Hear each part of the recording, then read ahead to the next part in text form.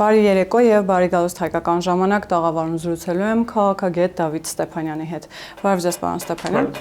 Պարոն Ստեփանյանն արդեն ձևավորվել է նոր խորհրդարանը, երրորդ օրն է նիստեր են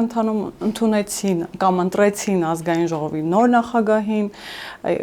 Հուսով եմ լսել եք հարցու պատասխանը այդ դիսկուսները, թե արդյոք պարոն Ռուբինյանը թուրք տեսել է թե չէ, այսօր շարունակվում է արդեն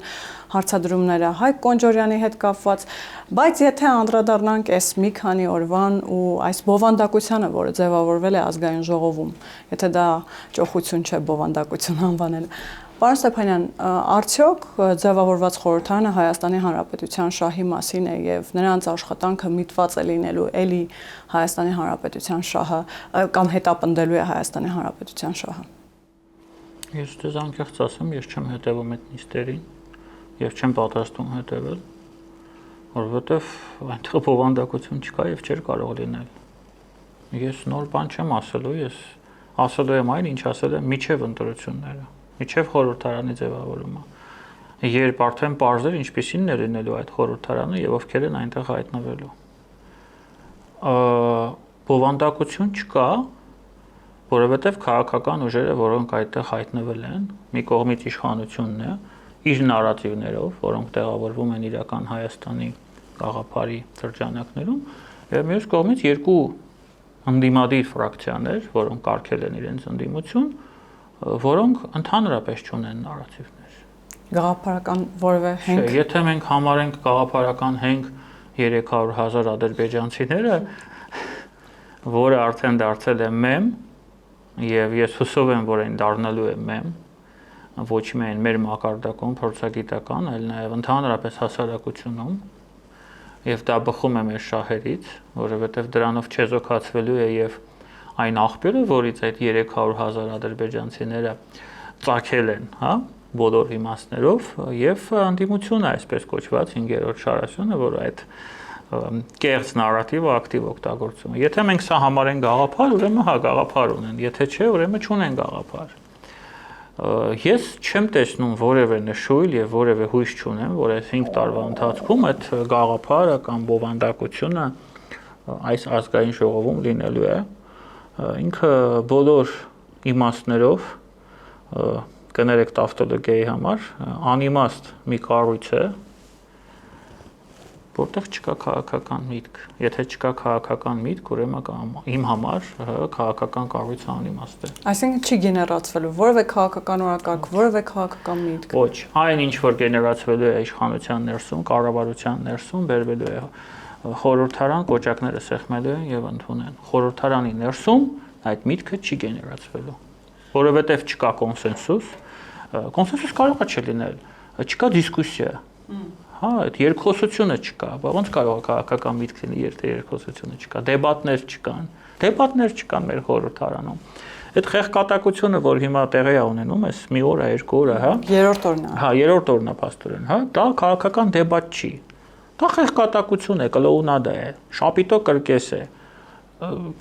Չի կարող այդտեղ լինել քաղաքական միտք։ Դե մոտավորապես դիսկուսը այն մասին է, որ Ադանան քաբաբ չէ իմ հայրենիքն է։ Խորհրդարանը ինչ է լինելու։ Իր 5 տարվա գործառույթը որն է լինելու։ Բերվել է թուղթը դրվի, այդ պեչատը դնեն։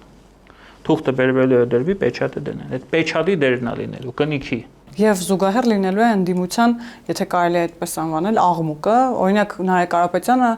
առաջարկում է հակասաֆարևյան օրենք ընդունել, որ ադրբեջանցիները 10 օրից ավել Հայաստանում չապրեն։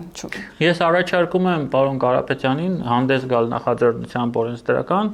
Թուրքիային դիմենք, որ դրոշից լուսինը հանեն։ Շատ լավ միտք է։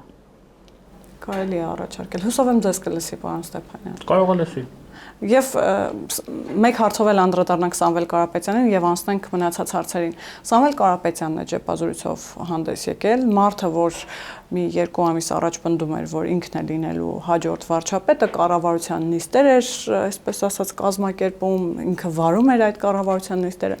Հիմա ասում է, շարունակում է պնդել, որ ժողովուրդը զզված է Նիկոլ Փաշինյանից եւ քաղաքացիական պայմանագրից եւ ասում է լրագրողներին է ասում իդեպ դուք բոլորդ երազելու եք, որ ես մնամ պայքարի մեջ, որովհետեւ ես միակ մարդն եմ, որ կարող է նրան հեռացնել։ Մենք մեր ձևով շարունակելու ենք պայքարը փողոցում, մենք գիտենք երբ ենք դուրս գալու, ինչ ենք անելու, այսինքն այդ մասին խոսել է նաև Ռոբերտ Քոչարյանը, որ իրենք սպասելու են տրիգերների փողոց դուրս գալու համար։ Ճիշտ են ասում։ Որոնք են այդ տրիգերները, պարոն Ստեփանյան, եւ արդյոք կկարողանան փողոց գեներացնել։ Օրինակ Ռուսաստանը հաղթում է Ուկրաինային։ Ես ասում եմ թեորիայում, հա, ինչ կարող է լինել։ Իրանը հաղթում է Ամերիկայի Միացյալ Նահանգներին եւ իրենք վերադառնում են տարածաշրջանը, բերում են 3+3-ի շրջանակները, Վրաստանն էլ հետն են բերում, այդ դեպքում կբերեն ու այդ ժամանակ արդեն ճնշում են գործադրում գործող իշխանության վրա, ոսում են դուք պետք է գաք եւ մոտավորապես անեք այն, պարոն Նիկոլ Փաշինյան, ինչը Սերժ Սարգսյանը 13-ին արեց, սեպտեմբերի 3-ին կապիտուլյացիան ստորագրեք,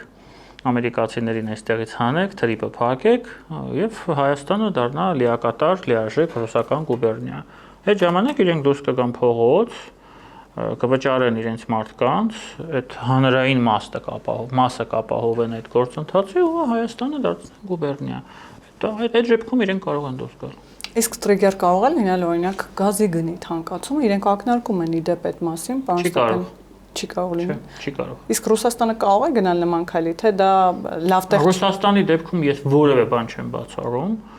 որովհետև Ռուսաստանը իր բնույթով Պուտինյան Ռուսաստանը ալոգիկ է, ինքը անդրամաբանական է, իր քաղաքականությունը իրացիոնալ է։ Իրեն կարող են գնան այդ քայլի, ես օրինակ չէի գնա այդ քայլի, որովհետև դա ես վստահ եմ, դա բերելու է հակառակ ազդեցությանը եւ հակառակ հետևանքների, բայց իրեն կարող են այդ քայլի գնալ։ Հակառակ հետևանքները, այսինքն Հայաստան-Ռուսաստան հարաբերությունները կարող են ավելի վատարանալ, թե իրենց համար վատ ելքեր կարող են լինել։ Նախ ավելի կուժեղանան հակառուսական տրամադրությունները։ Եթե իշխանությունը գտնվեց թույլ, մեր իշխանությունը, իրենք դա կընդունեն, ես կսկսեն գազը սուբսիդավորել։ Դա նեգատիվ սցենարն է, ամենանեգատիվ սցենարն է։ Դա նշանակում է նույն բանն, ինչ որ մեկը քեզ շանտաժանի, դու գնաս այդ շանտաժիստին փող տաս այն ակնկալիքով, որ ինքը կարող է քեզ այլևս շանտաժ չանել։ Ոչ, ինքը երկու անգամ ավել է ուզենալ, ավել էլի են թանկացնելու։ Դա նեգատիվ սցենարն է, բայց դա թույլ կտա այդ ձեր նշած ցասման դեմը ժողովրդական առնել, դեմ առնել, եւ երկրորդ սցենարը պոզիտիվն է, որ այդ դեպքում ուղղակի Իրանից սկսելու են գազ բերել եւ եթե Գազպրոմ Արմենիան շատ թփրտա, այդ խողովակը ուղղակի կազգայնացվի, Գազպրոմ Արմենիան կազգայնացվի, որովհետեւ սա մեզ համար կյանքի ու մահի խնդիր է։ Ես չեմ կարծում, որ մենք պետք է վերադառնանք 90-ականները Լևոն Տեր-Պետրոսյանի բերած մութ ու ցուրտ տարիները, որովհետեւ հիմա մենք որևէ դրա համար բան չունենք, պատճառ չունենք։ Չի սպառնում մեզ մութ ու ցուրտ տարիներ։ Եթե մենք լինենք խելամիտ, մենք ունենք այլ ընտրանքները։ Մենք կարող ենք անել այնպես, որ մեր մոտ գազը չթանկանա, մենք գազը ունենանք։ Ես նույնիսկ եմ ասում, կա վատագույն սցենար, որով իշխանությունը կարող է գնալ, եթե ինքը թույլ գտնվեց, եւ եթե իշխանությունը ուժեղ գտնվեց եւ գնաց այդ քայլերի, ազգայնացում եւ Իրանից ինչու ոչ նաեւ թուրքմենական գազը կարելի է բերել ադրբեջանցիների հետ կարելի է պայմանավորել, շատ բան կարելի է անել։ Ես օրինակ կցանկանայի, որ ռուսական գազը մնար քաղաքական իմաստով, որպես քաղաքական գործիք, ուղղակի լիներ դիվերսիֆիկացիա, մենք ստանենք գազ Իրանից, իդեալական տարբերակ, հա, Իրան, Ադրբեջան, Ռուսաստան։ Մեզ համար սա իդեալական կոնֆիգուրացիա է, քաղաքական, աշխարհաքաղաքական, որովհետև գազը մենք տեսնում ենք, որ նաև քաղաքական գործիք է։ Եթե դա չստացվի, պետք է փորձենք Իրանից ստանալ գազ։ Գազը միակ խնդիրը չէ, որ կա արկա է Հայաստան-Ռուսաստան հարաբերություններում, պարոն Ստեփանյան, երկաթուղու հարցը ինչպես է լուծվելու եւ արդյոք կհիշեք Պուտին-Փաշինյան հայտնի հեռախոսազրույցից օրեր անց Փաշինյանը հայտարարեց, որ այլընտրանք չունի կոնցեսիոն կառավարումը Ռուսաստանից վերցնելը երկաթուղու եւ սա արդյոք ավելի չի էսկալացնի Հայաստան-Ռուսաստան առանց այդ էլ ոչ հեշտ այս պահին այդպես եմ ձևակերպում դուք ինձ կուղեք, եթե սխալվեմ, բարդ հարաբերությունները։ Պուտին-Փաշինյան հեռախոսազրույցի վերջաբանը լավը չի եղել։ Շատ բացասական է եղել, մենք դա տեսնում ենք վարչապետի հայտարարություններից, Պուտինը հրաժարվում է կոնցեսիոն պայմանագիրը լուծարել փաստացի։ Ես վաղուց եմ դա ասել, նորից եմ կրկնելու, մեր խնդիրը լոլիկը չէ։ Մեր խնդիրը կոնցեսիոն պայմանագիրն է։ Այս պահին ամենաակտուալ խնդիրը։ Խնդիրները տարբեր են եւ բազմազան են։ Առաջին պլանում երկաթուղին է։ Սա մի խնդիր է, որը պետք է հնարավորինս արագ լուծվի, որպեսզի մենք կարողանանք կոմունիկացիոն վերաբացման նախագծում մաս դառնալ տարածաշրջանային։ Սա մեր շահերից է բխում առաջին հերթին։ Իրենք դա հրաժարվում են անել վարչապետի ելույթից, ես դա հասկանում եմ, սա միանշանակ է։ Ուրեմն մենք միակ ելքը դա գնալ արճակատման, Հարավկովկասյան երկաթուղու գործունեության համար անհամատեղելի պայմաններ ստեղծել Հայաստանում, որպեսզի իրենք իրենց ոտքով գնան այստեղից հրաժարվեն, դա կարելի է անել, դա կարծում եմ ամենափոքր արյունը կլինի, որը մենք կարող ենք վճարել եւ իհարկե եթե հարկը կլինի, դիմել միջազգային արբիտրաժ, հիմքերը եւ հենքերը բազմաթիվ են, Հարավկովկասյան երկաթուղին, ես դա տարբեր մասնագետներից եւ նույնիսկ այդ ՀԿ-ի աշխատակիցներից եմ լսում, իր պարտավորությունները չի կատարում։ 2008 թվականից սկսած Հայաստան չի ներմուծվել 1 մետր գծամետր ռելս։ Չեն ներմուծել, սա քանդում են հինը, բերում են, դնում են տեղը։ Որևէ լուրջ ենթակառուցվածքներ չեն կառուցվել։ 62 թվի շարժակազմ ունենք մենք հիմա էլեկտրոգնացքների 62 թվի։ Նույնիսկ Ռուսաստանում չկա դա։ Այսինքն հիմքերը եւ պատճառները շատ են, կարծում եմ, որ օրինական ճանապարհով կարելի է գնալ դրան, այլ ճանապարհ ես չեմ տեսնում։ Պարոն Ստեփանյան, բայց համապատասխան պաշտոնյաները օրերս մի քանի հայտարարություններ տարածեցին առայն, որ երկաթուղին, եթե միակողմանի Հայաստանը գնա կոնցեսիան խզելու ճանապարհով, Ռուսաստանն էլ պահանջելու է այն գումարները, որոնք ներդրում է արել այս տարիների ընթացքում, խոսքը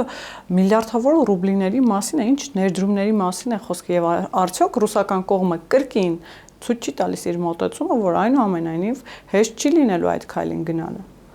Ես դրա համար եմ ասում, ավելի նպատակահարմար է գնալ այդ առաջին ճանապարհով, այսինքն ստեղծել Հարավկովկասյան երկաթուղու ՌԺԴ-ի գործունեության համար անհամատեղելի պայմաններ։ Որոնք են դրանք։ Որոնք իրենց ոտքով գնան։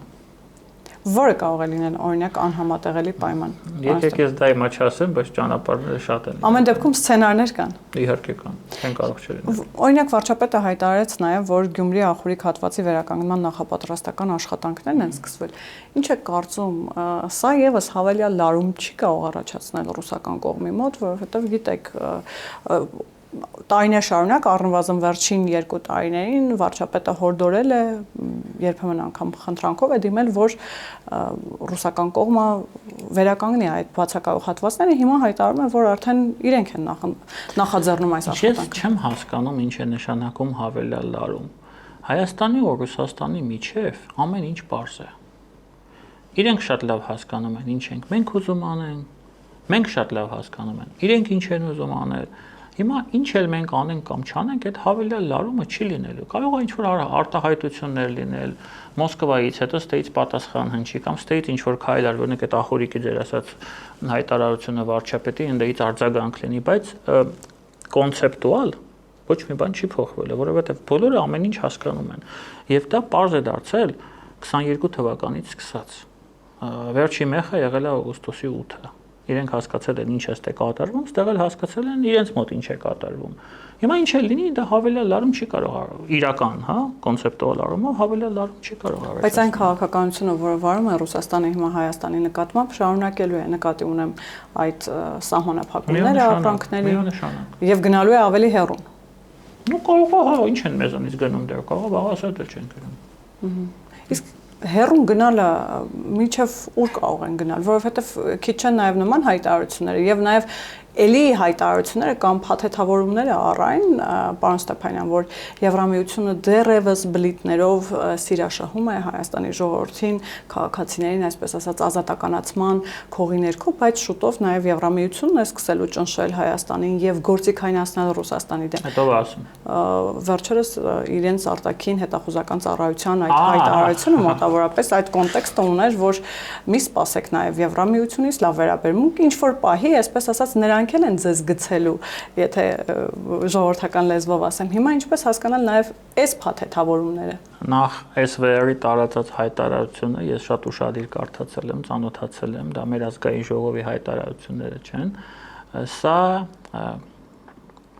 դասական, քաղաքական մանիպուլյացիա է։ Այնտեղ ամեն մի տողը, ամեն մի բառը մանիպուլյատիվ է։ Սա փորձ է Հայաստանի վրա ճնշում գործադրել, Հայաստանի հասարակության վրա ճնշում գործադրել, մոտավորապես այն, ինչ արվում էր նախընտրական փուլում, եւ ցույց տալ, որ ամեն ինչ շատ վատ է, որ մեզ հերթական անգամ Եվրոպայում չեն սպասում, վաղը գցելու են, որ միակ հույսը մենք ենք, այսինքն ռուսներն են, սա մանիպուլյացիա է դասական։ Ես կարծում եմ դրա մասին պետք չի ավելի շատ խոսել։ Գիտեք, Եվրոպան ես չեմ բացառում, որ կարող է գալ պահ, երբ որ Եվրոպան մեզ գցի։ Կարող է գալ պահ, որ Ամերիկան մեզ գցի։ Դա նորմալ է։ Դա նորմալ է։ Մեր գերխնդիրը, որպես քաղաքական միավոր, որպես երկիր, որպես պետություն, պետք է լինի հետևյալը՝ համադրել մեր շահերը այն կենտրոնների հետ, որոնք այսօր ձևավորում են աշխարհաքաղաքական, աշխարհատնտեսական օրակարգ։ Վերջ։ Եթե մենք գնանք սխալ ճանապարհով, ինչպես մենք տարիներ, տասնյակ տարիներով գնացել ենք Ռուսաստանի հետևից, մենք կհայտնվենք այնտեղ, որտեղ հայտնվել ենք 20, 21-ին, 22-ին, 23-ին։ Արդեն Հայաստանի տարածքում, ոչ թե Լեռնային Ղարաբաղի մեր հայրենիքի մի մասի։ Եթե մենք գնանք ճիշտ ճանապարհով եւ անենք այնպես, որպեսզի փոխադարձ կախվածությունը շահերը աճեն, Ամերիկա, Հայաստան, Եվրամիություն, Հայաստան, Հնդկաստան, Հայաստան, նույնիսկ Չինաստան, Հայաստան, Արաբական աշխարհ Հայաստան, մեզ ոչ մեկ չի գցի։ Թուրքիա-Հայաստան կարգավորումը այդ ճանապարհին կարևոր է, պարոն Ստեփանյան։ Չափազանց։ Թուրքիա-Հայաստան կարգավորումը իր կարևորությունը դժվար է թերագնահատել կամ գերագնահատել։ Դա շատ կարևոր մի բաղկացուցիչ է ընդհանուր տրամաբանության, որը գծում է այս տարածաշրջանում եւ ամբողջ աշխարհում այսօր աշխարհատնտեսությունը։ Աշխարհատնտեսության դերակատարումը մեզ մոտ շարունակում է մնալ շատ նվազ, թերագնահատված է։ Մենք շատ ենք խոսում աշխարհաքաղաքականության մասին, դարձել է մոդայիկ մի բառ, ամենտեղ ասում են, նույնիսկ մարդիկ, որոնք չեն հասկանում ինչ է դա։ Բայց հիմա աշխարհատնտեսությունն է առաջին պլանում։ Եվ Թրամփի քաղաքականությունը գլոբալ մակարդակում այդ մասին է։ Չինաստանի քաղաքականությունն է այդ մասին։ Հիմա այդ աշխարհատնտեսությունը վերջապես եկել է Հարավային Կովկաս։ Չօգտվել դրանից նշանակում է կրակել սեփական ոտքին, նշանակում է ստեղծել մի իրավիճակ, երբ 5-10 կամ 15 տարի հետո իրոք Եվրամիությունը կարող է SVR-ի գրածները իրականացնի, այսինքն իրոք մեզ գցի։ Ես չեմ բացառում դա, եթե մենք սխալ վարվենք, սխալ ուղղությամբ գնանք։ Եթե ճիշտ ուղղությամբ գնանք, կոնցեսիան ռուսներից վերցնենք, տարածաշրջանը բացենք, երկաթուղին կառուցենք, դառնանք մրցունակ, ցույց տանք բոլորին, որ մենք Ադրբեջանից ոչ պակաս դերակատարում ունենք այս տարածաշրջանում, ոչ պակաս քաղաքական, աշխարհաքաղաքական, տնտեսական, հետևապես աշխարհատնտեսական քաշ ունենք, մեզ որևէ մեկը չի գցի։ Եթե մենք շարունակենք ընդունել սխալ որոշումներ, մտածելով միայն մեր սեփական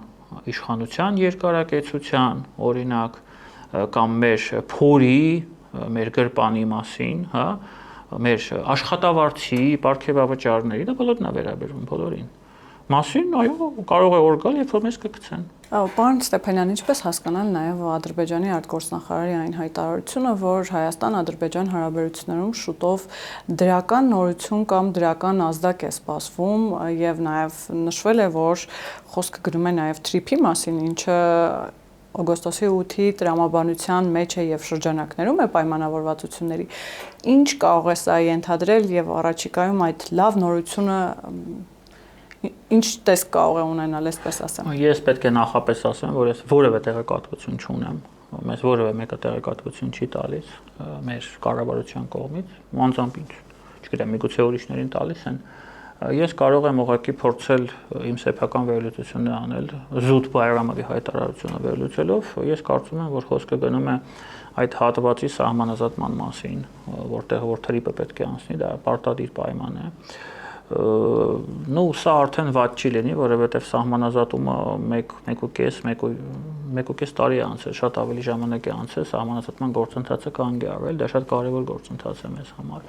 Վերջը, որպեսզի այդ թրիփ երկաթուղին սկսեն կառուցել, ինչ որ տեղից պետք է սկսվի, չէ։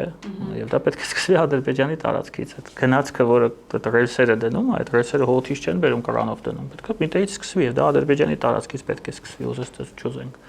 Ես կարծում եմ երևի թե Խոսքը այդ մասին է գնում, ուղղակի սա ենթադրություն է, որովհետև այլ տրամաբանություն ես չեմ տեսնում, ինչը կարող է թրիպի հետ կապված լինել, բայց ես նորից եմ ասում, ես տեղեկատվություն չունեմ ընդհանրապես։ Եվ ադրբեջանական կողմից շարունակում են խոսել սահմանադրական փոփոխության անհրաժեշտության մասին, նշում են, որ խաղաղության ճանապարհին դա ամենակարևոր քայլերից մեկն է եւ միայն դրանից հետո Ադրբեջանը կգնա խաղաղության վերջնական պայմանագրի ստորագրման։ Նախ հասկանանք, պարոն Ստեփանյան, սա կրկին այն տրամաբանության մեջ է, որ իմիտացիոն որևէ գործընթացներ են առաջ քաշում, որպեսզի դանդաղեցնեն խաղաղության գործընթացը, գիտեք, նույն Թուրքիա-Հայաստան կարգավորման համատեքստում էլի կա այսպես Ադրբեջան-Հայաստան կարգավորումը եւ խաղաղության գործընթացը, իսկ խաղաղության գործընթացում ստացվում է հիմա խանգարող հանգամանքը սահմանադրության փոփոխությունն է, եւ այստեղ էլ գիտեք, որ խորհրդարանական ընդդիմությունը արդեն սկսել է շահարկել այս հարցը, որ տեսեք, մենք ձեզ ասում ենք, որ սա Ադրբեջանի պահանջն է եւ բացառապես Ադրբեջանի պահանջն է։ Նախ արդյոք ինչ է կարծում, չունենալով սահմանադրական մեծամասնություն, իշխող ուժը կկարողանա մեխանիզմներ ու տարբերակներ գտնել գնալու սահմանադրական փոփոխության եւ արդյոք Ադրբեջանին իսկապես խաղաղության գնալու համար խանգարում է միայն սահմանադրական փոփոխությունը, թե այնուամենայնիվ, եթե անգամ հիպոթետիկ պատկերացնենք, որ լինում է սահմանադրական փոփոխություն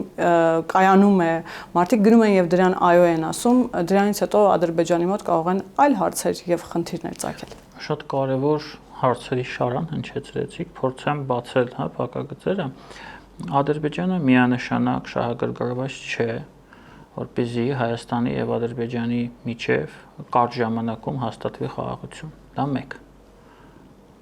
Ինչու շահագրգռված չի։ Կարևորագույն հարցը, որը մեզ մոտ չի հնչում, որովհետև այդ խաղաղությունը, կոմունիկացիաների արագ վերաբացումը, թրիպը, ճանապարհները, հայ-թուրքական սահմանի վերաբացումը թույլ կտա Հայաստանին ապահովել զարգացման բավականին զգալի ծավալուն տեմպեր։ Այս պահին մեր տնտեսությունը, այս փակ վիճակում, կիսափակ վիճակում, բլոկադայի վիճակում ավելի արագ է զարգանում, քան Ադրբեջանին, Ադրբեջանը ընդհանրապես չի զարգանում, այնտեղ ռեցեսիա է։ Եթե այդ ամենը տեղի ունենա, մենք սկսելու ենք զարգանալ շատ ավելի արագ, որովհետև մեզ մոտ մոնոպոլիաները կան, ցավոք, բայց սահմանափակ են։ Օլիգոպոլիաներ մեզ մոտ համարյա թե այս պահին չկան, Ադրբեջանում կան։ Ադրբեջանը ոչ ժողովրդավար երկիր է, իսկ դա միանշանակ իր ազդեցությունն է թողում բիզնեսի վրա։ Ադրբեջանում պետական մոնոպոլիա է ամեն ինչի վրա, իսկ դա նշանակում է պետական թալան առաջին հերթին։ Իրենք օբյեկտիվ եւ սուբյեկտիվ պատճառով չեն կարող ավելի արագ տնտեսական զարգացում ապահովել, քան մենք։ Եթե մեր տարածաշրջանը բացվում է, մենք միանում ենք բոլոր կոմունիկացիաներին, մենք 5-10 տարում, ես կարծում եմ, մեր GDP-ն հնան կարող է նույնիսկ հասնել ադրբեջանականին, չնայած տնտեսությունների շատ ահռելի տարբերություն կա եւ բնակչության քանակի։ Այսպեսի հեռանկարներ ունենք։ Այդ հեռանկարները իրենք տեսնում են։ Հետևաբար իրենք ուզում են անել ամեն ինչ, որպեսզի մեր զարգացումը դանդաղեցնեն։ Առաջ իրենք դա հանում են, շատ հետաքրքիր բան եմ ասելու։ Պատերազմի միջոցով, ճնշումների միջոցով, մարդ սպանելով, հիմա անում են խաղաղության գործընթացի միջոցով։ Խաղաղության գործընթացի միջոցով Ադրբեջանը Հայաստանի զարգացումը դանդաղեցնում է այս պահին։ Ինչպես, պարոն Ստեփանյան, որովհետև շատերի համար կարող է հասկանալի չի։ Ասեմ, գնում են բանակցություններ մեծ մասով ոչ մի բանի մասին։ Երբ խոսում են, ասում են լավ, դուք մեզ դիզելային վառելային ութ եք ուղարկում, բենզին եք ուղարկում, մենք վճարում ենք դրա համար, գնում են։ Դուք էլ մի բան մեզանից արեք։ Իրենք էլ ասում են դե կառնենք, հա, մենք շուկան ենք ուսումնասիրում։ Մեր մոտ որոշումները շատ դանդաղ են ընդունվում, գիտեք։ Մեր մոտ նույնիսկ երկիր է, որ մի հոգի չի էլի որոշումը կայացնում, հա։ Պետք է մի քիչ սպասենք, տեսնենք, հասկանանք մեր ժողովուրդը ինչ է ուզում։ Բայց մեր ժողովուրդը վաղը ձեր կոնյակը, որ խանութում տեսնի, կարող է ջղայնանա, ներվայնանա, չէ՞, դա զգացմունքային պահ է, չէ։ Եվ այսպիսի խոսակցություններ, մոտավորապես եմ ասում։ Սահմանազատում, սահմանագծում, բա գիտեք, էլի դժվարություններ է, Ադրբեջանում շատ դանդաղ է ամեն ինչ, հա։ Ադրբեջանում երբ որ պետք է լինում, որոշումը մեկ օրվա մեջ է լինում։ Ես չեմ հիշում, Ալիևը ինչն էր ստորագրել մեկ օրվա մեջ։ Որ մեզ մոտ ազգային ժողովը ռատիֆիկացրեց, երկար գործընթաց էր, Ալիևը ողջ ստորագրեց եւ վերջ։ Կարևոր չեմ հիշի։ Ես չեմ հիշում, բայց երբ որ իրենց պետք է, Այդ մի հոգին մի վարքյանում այդ ամեն ինչը լուծես։ Ինձ դա պետք չի։ Այդ խաղաղության գործընթացով այս պահին իրենք փորձում են Հայաստանի զարգացումը դանդաղացնել։ Էսա էությունը է ամեն ինչի։ Ես դրանում վստահ եմ։ Ես դա տեսնում եմ։ Սահմանադրության Մի բան ասեմ, ես չեմ ասում մեզ պետք չի խաղաղություն գործընթացը, մենք չենք կարող դրանից դուրս գանք, բայց իրենց նպատակադրում այս գործընթացում այս պահին դա է հնարավորինս ժամանակ ձգել, դանդաղացնել այս գործընթացը, որպեսզի այդ գործընթացը չարագանա։ Կներեք։ Դանդաղացման նաև պատճառներից մեկը այն է, որ սահմանադրության փոփոխության հարցն են առաջ քաշում։ Իհարկե, դա առաջ են քաշում, լավ հասկանալով, որ դա անլուծելի հարց է։ Դա այս պահին լուծում չունի։ Ես չեմ կարծում, որ եթե հիմա Հայաստանում անցկացվի սահմանադրական հանրաքվե Ալիևի պահանջով, մարդիկ կգնան եւ այո կասեն։ Մարդիկ գնալու են եւ ոչ են ասելու։ Եվ ինչ է լինելու դրանից հետո։ Ինչ որ մեկը փորձել է կանխատեսել։ Ներքաղաքական, արտաքին քաղաքական։ Ես նույնիսկ չեմ ուզում այդ մասին խոսել։ Այսինքն դրվում է մի պահանջ, որը այս պահին անլուծելի է։ Եթե ես լինեի իշխանություն, ես ընդհանրապես կհրաժարվեի այդ մասին խոսել։ Ես կարծում եմ, որ մենք պետք է հրաժարվենք որևէ հանրաքվե անցկացնելուց մոտակա տարիների ընթացքում։ Ընդհանրապես հանրաքվե մենք չպետք է անցկացնենք։ Իդեպ ռուսական կողմն էլ պարբերաբար դրա համար եմ ասում որևէ ԵԱՏՄ, ԵՄ, չգիտեմ, սահմանադրություն, այդ ամեն ինչը պետք է դնել մի կողմ։ Պետք է կենտրոնանալ բացառապես տնտեսական օրակարգի վրա։ Տնտեսական զարգացում, կոմունիկացիաների վերաբացում, Ռուսաստանի հետ հարաբերություններ։ Այդ խնդիրները, այդ կնճիռները հարթեցնելու ուղղությամբ։ Պարոն Ստեփանյան, բայց քանի որ իշխող ուժն էլ պարբերաբար ասում է, որ հեղափոխությունից հետո են խոսել սահմանադրությունը փոխելու կարևորության մասին, եւ դա չի բխում առաջին հերթին մեր ժողովրդի շահերից, մեր պետության շահերից, ինչպես է կարողանալու համոզել ժողովրդին դրանում, թե այնուամենայնիվ ընդդիմության արգումենտը, այսպես ասած, կամ ընդդիմության հայտնի թեզը, որ դա Ադրբեջանի պահանջն է, այստեղ հաղթելու է։ Օրինակ, Գագիկ Ծառուկյանի գույքը եւ կարողությունը պետականացնելով։ Օրինակ, հոգություններից մեկը։ Դուք հարցնում եք ժողովրդին ինչպես կարող են բացատրել, ես պատասխանում եմ։ Դա բայց լուծում է այդ ճանապարհին, դա ինչպես կա մեկը մյուսի հետ կապ ունեցող։ Ժողովրդին համոզելու ուղղությամբ այո ճանապարհ է։ Եթե Ռոբերտ Քոչարյանից այդ 200 միլիոնը քերեն, դա ճանապարհ է։ Եթե վաղը Ռոբերտ Քոչարյանը հայտնվի ճաղավանդակների ետևում, դա ճանապարհ է։ Իսկ դուք դրան հավատում եք։ Ես չգիտեմ։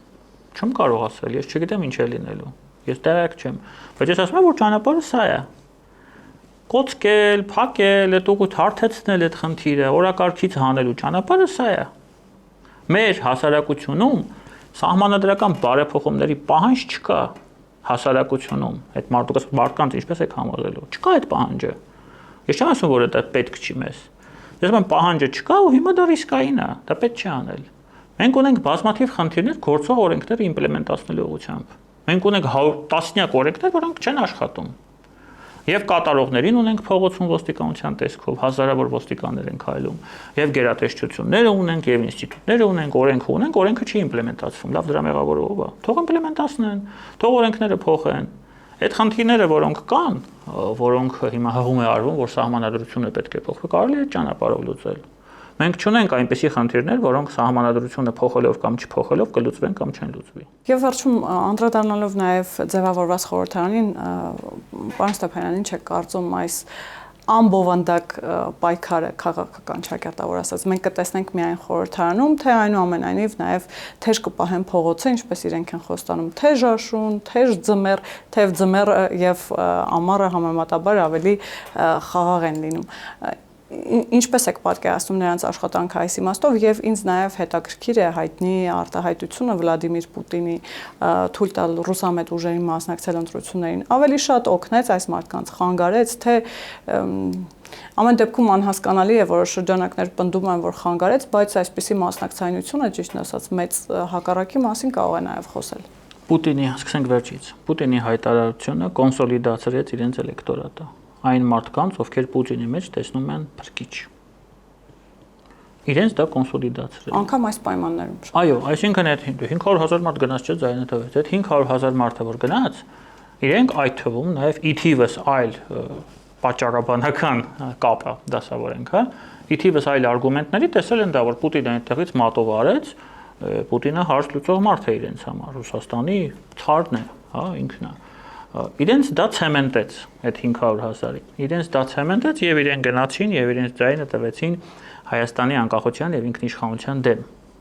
Այնտեղ կան մարդիկ, որոնք ուղղակի ինչ-որ պաշտոնակարգ են արել, ինչ-որ աբիժնիկներ, չգիտեմ, ինչ-որ մարդիկ, որոնք նեղացած են կամ չգիտեմ, ինչ-որ այլ խնդիրներ ունեն, լափամանից են կտրել կամ ուզեցել են լափամանին կպնեն, թույլ չեն տվել, որ կպնեն, դες հազարավոր մարդիկ կան, բայց փաստը մնում է այն, որ իրենց ձայներով իրենք ձայն տվեցին Հայաստանի ինքնիշխանության եւ անկախության դեմ։ Ի օգուտ նրան, որ Հայաստանը դառնա Ռուսաստանի գուբերնիա, սա փաստ է։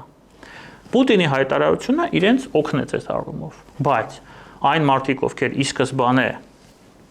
աբիժնիկ չեն, սոված չեն, ծարավ չեն, նեղացած չեն եւ հասկանում են, թե ինչ է պետությունը եւ պետականությունը եւ դրանից բխող իրենց սեփական ազատությունը որպես քաղաքացի, իրենց վրա դա արդեն բերեց ուղղակի հակառակ ազդեցությունը, այսինքն ցեմենտեց այս էլեկտորատը, հակառուսական։ Պուտինը որ դա ասեց, դա ուղիղ ճնշման փորձ էր։ Այսինքն, այդտեղ սա արեց, այնտեղ դա արեց։ Ձեր հարցի սկիզբը փողոցը տակ պահելու, փողոցը տակ պահելու։ Փողոցը տակ պահելը ինքնանպատակ չէ։ Իրենք պետք է հասկանան, հա, իրենց պետք է լրագրության մեջ այդպես բան կա, չէ, ինֆորմացիոն գրող։ Այո, գրող եւ առիթ։ Դրա համար առիթ է պետք։ Հենց այդ ինֆորմացիոն առիթը եղավ, իրենք դա անելու են։ Հիմա այս պահին ոչ մի ինֆորմացիոն առիթ չկա։ Իրենց առիթ է պետք։ Ես դա սկզբից էլ նշեցի։ Ինչ որ մեծ բան, որ իրենք զգան, որ արյան հոտ է գալիս։ Արյան հոտ է գալիս, պետության արյան հոտ է գալիս, որ թույլ տեղ կա, կարելի է գնալ եւ կծել այդ թույլ տեղը, որ այդ արոնը ավելի ուժեղ խշա։ Ոչինչ որ պետությունը կհյուցվի, ոչինչ որ կթուլանա, կարևորը իշխանությունը գցելն է եւ նստել իշխանության փոխարեն։ Իրենց թիվ 1 նպատակը դա։ Այդ դեպքում իրենք կփորձեն այդ շարժումը գեներացնել։ Բոլոր մնացած դեպքերում չեն փորձելու, որովհետեւ իրենք էլ են շատ լավ հասկանում, որ դա առաջին հերթին հյուծելու է իրենց։ Եթե դու դուրս ես գալի եւ ասում ես, ես կոչ եմ անում, որ ժողովուրդ դուրս եկեք, մենք գնում ենք իշխանության դեմ, իշխանությունը վատնա եւ այլն, դու հանում ես դուրս մի քանի 100 մարդ կամ մի քանի հազար մարդ եւ իրենք 2-3 օրից այդ փողոցում մնում է 50 հոգի, դու դրանով կրակում ես քո սեփական ոտքին, որովհետեւ մեր մարդիկ մնացածները տեսնում են, որ դու թույլ ես։ Դու չես կարող մարդկանց փողոց անել։ Դու բերել ես 500,000 ձայն ես ստացել, բայց 5000 հոգի չես կարող փողոց անել։ Դա նշանակում է, որ քո ձայները կեղծ են, որ նրանք գնված են, որ դու նույնիսկ լեգիտիմ ընդդիմություն չես։ Եվ ցույց տաս դա, ի ցույց անես քո սեփական քայլերով, դու դա չես անի։ Դա ես կարծում եմ իրենք այդքան ողջամիտ են, որ դա հասկանում են։ Դուք ձեր հարցի մեջ երի ինչ որ հարց կար։ Որ խորհրդանում էս բովանդակությանը զուգահեռ արդյոք շահարկի։ Հա, հիշեցի, շատ կարևոր մի բան։ Խորհրդարանային պայքարը անբովանդակ է։ Փողոցային պայքարի համար հիմա չկան որևէ հիմքեր, հիմնավորումներ։ Բայց դա չի նշանակում, որ ընդդիմության գործունեությունը Հայաստանի ներսում դեստրուկտիվ չէ։ Ինքը շատ դեստրուկտիվ է։ Իրենք աշխատում են երիտասարդների հետ։ Բուհերում, որոշ դեպքերում դպրոցներում, ինչ որ քաղաքական միավորումներ, ես գիտեմ մարդկանց, որոնք մշակում են մարդկանց ուղեղները, երիտասարդների ուղեղը։ Անում են այն, ինչ իշխանությունը չի անում։ Այսինքն գնում են մարզեր եւ կներեք բնակարաններ են խոստանում 5-րդ երեխայի համար։ Իրենք աշխատում են մարդկանց հետ, խափում են մարդկանց, կեղծ նարատիվներ են տարածում։ Այդ երիտասարդները, որոնք ամեն տարի գնում են ապրիլի 23-ին թուրքական ադրբեջանական դրոշները վարում են, դա խափված երեխաներ են։ Մեր երիտասարդների ամենալավ մասն է։ Երիտասարդ սերնդի ես չգիտեմ, ակտիվ մասն է, մարդիկ են, ովքեր ինչ-որ գաղափարների հետևից են ուզում գնալ եւ իրենց որպես գաղափար փաթաթում են այդ ապուշությունը, հասկանում եք, կեղծ նարատիվը եւ այդ ասողներն էլ գիտեն, որ դա կեղծ է։ Այսինքն այս գործունեության դեմը պետք է առնել։ Սա ով պետք է անի, սա պետք է անի պետությունը։ Ինչպես, ես չեմ ասում գնաս աղարքել են։ Պետք է այլ ընտրանք ստեղծել։